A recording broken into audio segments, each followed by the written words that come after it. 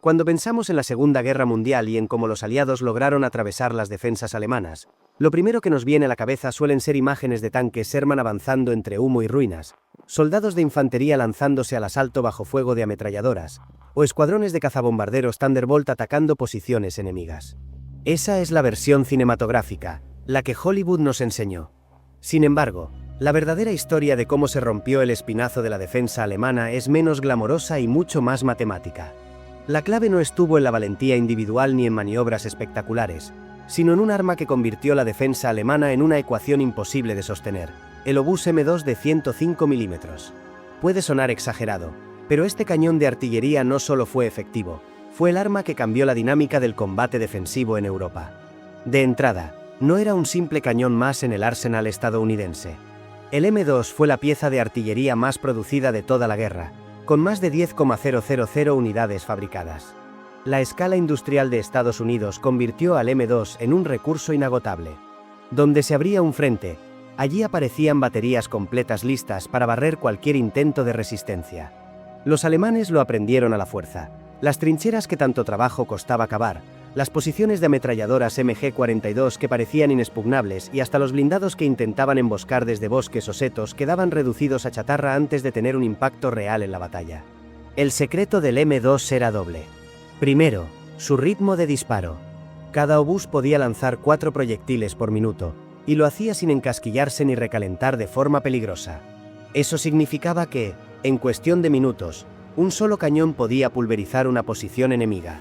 Pero la doctrina estadounidense no usaba un obús aislado, sino baterías de 6 piezas disparando en coordinación. Ahí entra el segundo factor, la aritmética brutal. Hablamos de 24 proyectiles por minuto, 1,440 en una hora y más de 10,000 en un solo día. Una lluvia constante, precisa y sostenida. Para los defensores alemanes, enfrentarse a ese volumen de fuego era un suicidio. Su propia industria no podía reponer municiones al mismo ritmo que los estadounidenses gastaban proyectiles. Es decir, Alemania no solo estaba perdiendo hombres y posiciones, estaba perdiendo una guerra de recursos que no podía ganar. Y aquí está lo más interesante. El verdadero poder del M2 no radicaba únicamente en su cadencia de disparo, sino en la innovación en el control de fuego. El ejército estadounidense desarrolló los centros de dirección de tiro, sistemas que permitían coordinar docenas de baterías a la vez. Esto significaba que no estabas enfrentándote a un cañón ni siquiera a una batería, sino a un enjambre de obuses disparando desde kilómetros de distancia, todos concentrando sus proyectiles sobre un punto específico en el momento exacto. Un oficial alemán capturado lo describió con precisión. No era un bombardeo aleatorio como en la Gran Guerra. Era destrucción quirúrgica. Ellos podían poner las granadas donde querían, exactamente cuando las necesitaban. Esa percepción ilustra bien la pesadilla psicológica que representaban estos bombardeos. No había refugio seguro, no había comunicación ni línea de suministro que escapara a su alcance. Antes de la llegada masiva del M2, las defensas alemanas podían resistir durante semanas los ataques de artillería. Pero después, esas mismas posiciones apenas duraban 72 horas bajo fuego sostenido. Lo que antes se construía en meses, podía quedar arrasado en cuestión de días, incluso horas. Este cambio de ritmo fue devastador. Las posiciones fortificadas se volvían trampas mortales en lugar de bastiones defensivos. Los soldados alemanes sabían que, una vez localizados, la única salida era retirarse o ser borrados del mapa por una precisión matemática que no dejaba lugar al heroísmo. Y eso es apenas el comienzo de la historia. Porque el M2 no solo destrozaba posiciones, también obligaba a los alemanes a replantearse toda su estrategia defensiva. Pero antes de entrar en ese detalle, déjame preguntarte algo. ¿Estás disfrutando este repaso a la verdadera historia de la artillería que rompió la defensa alemana? Si es así, suscríbete si te está gustando el vídeo. Así no te perderás la siguiente parte, donde veremos cómo este obús cambió la manera de hacer la guerra. Lo que realmente rompió la defensa alemana no fue solo la potencia del obús M2, sino la revolución táctica que trajo consigo. Para entenderlo, hay que ver cómo funcionaba la doctrina de artillería estadounidense. En lugar de dispersar piezas a lo largo del frente sin coordinación, los norteamericanos organizaron un sistema en el que cada obús formaba parte de una red. Esa red estaba conectada a un centro de dirección de fuego que podía calcular coordenadas exactas, comunicar correcciones y hacer que docenas de baterías dispararan como si fueran una sola. El resultado era simple y aterrador. Una sincronización perfecta. No era un bombardeo a ciegas, era un bisturí de acero y pólvora que caía justo donde debía. Pensemos en un frente de combate típico en 1944. Los alemanes habían pasado meses reforzando posiciones, cavando trincheras, levantando búnkeres de hormigón, instalando nidos de ametralladoras MG-42 y tendiendo campos de minas. En teoría, esas defensas podían resistir. En la práctica, cuando el M2 entraba en acción, la ecuación se volvía insostenible. El ritmo de fuego era tan alto y la precisión tan constante que los defensores apenas tenían tiempo de reagruparse. Además, la versatilidad del M2 complicaba aún más la situación alemana. No era un cañón especializado en un solo tipo de misión. Con munición de alto explosivo podía arrasar fortificaciones, con proyectiles perforantes, destruir blindados, con espoletas de tiempo, lanzar explosiones en el aire que diezmaban a la infantería, e incluso podía disparar proyectiles de humo para cubrir avances de tanques e infantería aliados. Era, en otras palabras, un comodín. Para los alemanes, esto significaba que nunca sabían qué esperar.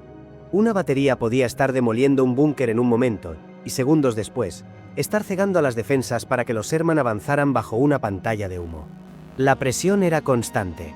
Los estadounidenses llegaron a desplegar los obuses M2 en proporciones de un cañón por cada 450 o 500 metros de frente. Esto creaba zonas de fuego superpuestas, donde prácticamente no había lugar seguro para moverse a plena luz del día. La movilidad alemana quedaba reducida a la noche o a maniobras desesperadas bajo fuego. Aquí es donde aparece un contraste brutal: el costo. Construir una posición defensiva alemana podía llevar meses de trabajo y miles de obreros, toneladas de hormigón y acero. Pero destruirla solo requería unas cuantas horas de fuego sostenido de una batería de M2. La economía de la guerra estaba en contra de Alemania. Lo que costaba meses levantar podía caer en menos de un día. Era la matemática del desgaste jugando en favor de los aliados. Un oficial estadounidense resumió esta ventaja con crudeza: un solo obús M2 disparando durante 8 horas puede lanzar más explosivo que un regimiento alemán entero en un día completo. La diferencia de escala industrial era tan grande que, simplemente, no había comparación posible.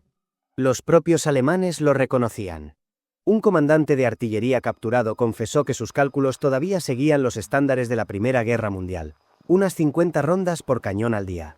Frente a eso, los estadounidenses disparaban hasta 500 proyectiles diarios por pieza. Era como intentar detener una inundación con un paraguas. Este desequilibrio tuvo un efecto inmediato. La doctrina defensiva alemana comenzó a derrumbarse. Lo que antes era mantener la posición a toda costa se volvió moverse antes de ser localizado. El concepto de defensa estática, de líneas fortificadas que recordaban a Verdún o la línea Hindenburg, dejó de tener sentido. El M2 había convertido cada búnker en una trampa mortal, cada fortificación en una tumba prematura. Y esto tuvo consecuencias directas en el campo de batalla. Desde Normandía hasta el Rin, las posiciones alemanas que en teoría podían resistir semanas de asedio caían en cuestión de días, a veces en horas. La artillería estadounidense no solo abría paso a los tanques y a la infantería, estaba reescribiendo las reglas mismas de la guerra defensiva. Los soldados alemanes comenzaron a temer al sonido del fuego de preparación más que a cualquier otra cosa. Sabían que, una vez que empezaban a caer los proyectiles del M2, no importaba que tan fuertes fueran sus posiciones. No habría margen para el heroísmo. Era solo cuestión de tiempo antes de que todo a su alrededor quedara reducido a cráteres y silencio. Y aún falta la parte más oscura de esta historia. Como el M2 obligó a los alemanes a abandonar por completo la idea de líneas defensivas continuas y a improvisar nuevas tácticas. Eso lo veremos en la tercera parte, donde entenderemos cómo un cañón de 105 milímetros no solo rompió búnkeres, sino también una de las doctrinas militares más importantes del siglo XX. Lo más devastador del obús M2 no fue únicamente la destrucción física que provocaba, sino la transformación estratégica que impuso. La Wehrmacht se vio obligada a aceptar que las líneas de defensa estáticas ya no eran viables. Lo que había sido un pilar fundamental de la doctrina alemana desde la Gran Guerra, el concepto de atrincherarse y resistir a toda costa, se volvió un suicidio matemático bajo el fuego norteamericano. Cada búnker construido se convertía en una trampa. Cada línea de trincheras levantada con esfuerzo terminaba siendo pulverizada en cuestión de horas.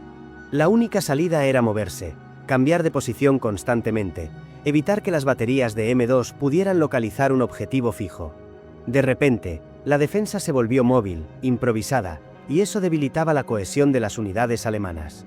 El enemigo ya no controlaba el ritmo de la batalla, era el M2 quien lo imponía. Los manuales alemanes de táctica defensiva tuvieron que reescribirse varias veces durante la guerra. Las órdenes cambiaron de mantener la posición a sobrevivir al fuego estadounidense mediante la movilidad. Esa transición demuestra hasta qué punto un arma puede forzar a un ejército entero a alterar su forma de luchar. El obús M2 no se limitó a destruir fortificaciones, destruyó la confianza alemana en la guerra de posiciones. Pero hay algo más. El M2 no solo representaba potencia de fuego, era el reflejo del músculo industrial de Estados Unidos. Fabricar miles de obuses y millones de proyectiles, mantenerlos en funcionamiento, transportarlos a través del Atlántico y distribuirlos en cada frente, todo eso era parte de la ecuación. Alemania simplemente no podía igualar ese nivel de producción ni logística. Y en la guerra moderna, la industria es tan decisiva como el campo de batalla. Los cálculos lo dejan claro. Cada día, una batería de M2 podía disparar más munición que la producción completa de algunas fábricas alemanas. Eso significaba que, aunque la Wehrmacht intentara resistir con valentía, estaba luchando contra un enemigo que siempre tendría más proyectiles, más cañones, más capacidad de sostener la presión. Era como enfrentarse a una máquina imparable que nunca se cansaba. Un oficial de artillería estadounidense resumió la lección con brutal honestidad.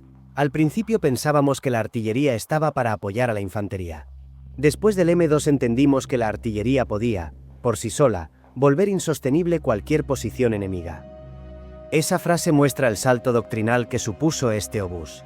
No era apoyo, era la fuerza principal. Y esa enseñanza no se quedó en 1945.